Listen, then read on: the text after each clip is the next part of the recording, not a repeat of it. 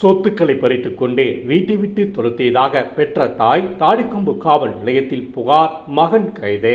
புதன்கிழமை பகல் 11 மணி அளவில் கிடைக்கப்பட்ட தகவலின்படி திண்டுக்கல் அருகே செட்டிநாயக்கம்பட்டியைச் சேர்ந்தவர் ஜானகி, வயது 73. இவரது கணவர் பாலசுப்ரமணியன் ஓய்வு பெற்ற வேளாண் துறை அலுவலர் ஆவார். இவரது மகன் செந்தில்குமார் பாலசுப்ரமணியன் ஓய்வு பெற்ற பிறகு வெளிநாட்டில் வேலை பார்த்து வந்த தனது மகன் செந்தில்குமாருக்கு சொந்தமாக செட்டிநாயக்கம்பட்டி அருகே வீடு கட்டி கொடுப்பதற்காக திருச்சியில் இருந்த நிலத்தை விற்றுவிட்டு அதை கொண்டு புதிய வீடு கட்டி கொடுத்தார். மேலும் பாலசுப்ரமணியன் பெயரில் இருந்த சொத்துக்களையும் தனது மகனான செந்தில்குமாருக்கு எழுதி வைத்தார்.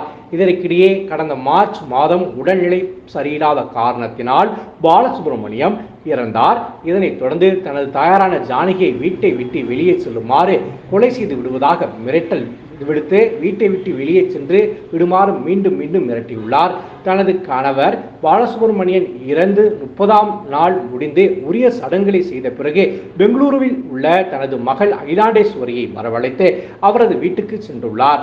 இதன் பின்னர் தாடிக்கொம்பு வந்த ஜானகி தாடிக்கொம்பு போலீசில் மேற்கண்டவாறு புகார் அளித்துடன் மேலும் தன் பெயரிலும் தனது கணவரின் பெயரிலும் வங்கியில் டெபாசிட் வைத்திருந்த சுமார் 23 லட்சம் மதிப்பிலான பாண்டுகளை எடுத்துக்கொண்டும் தனது நகையை பறித்து கொண்டும் மேலும் தனது கணவர் பெயரிலான வங்கி கணக்கில் இருந்த மொத்த பணத்தையும் ஏடிஎம் கார்டு பயன்படுத்தி அனைத்தையும் எடுத்து விட்டதாகவும் இது குறித்து கேட்டால் கொலை செய்து விடுவேன் என மிரட்டுவதாகவும் புகார் அளித்தார் மகன் மீது.